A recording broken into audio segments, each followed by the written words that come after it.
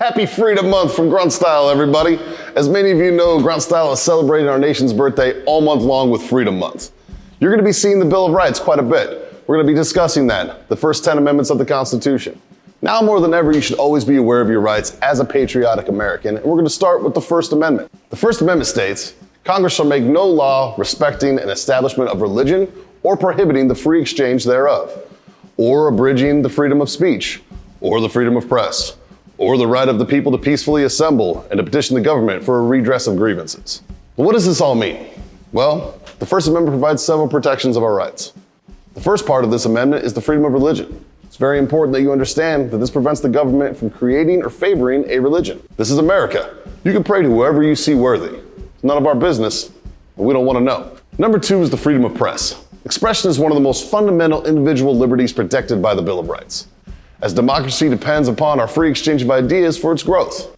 Number three is the right to assemble. Since the birth of our great nation, it has always been allowed to protest against what you feel is right for your livelihood, because that is an American right. We've all lived in a time where protests have changed history. With that being said, these protests are to be conducted peacefully. It is when protests go violent, that's when we, as a country, should have an issue with it. Use your voice for good. Your future depends on it. Number four is the right to petition the government for a redress of grievances. Here is the fastest way you can go to your legislative body and hold them accountable. Did you know that you can testify before a legislative body? It is literally the ability to stand in front of your decision makers and voice your opinion on the matter.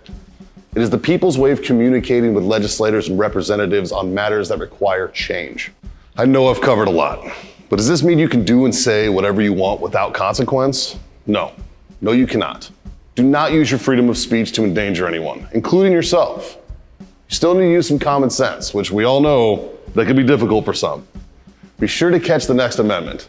We have a few patriotic, loving Americans who you should hear from.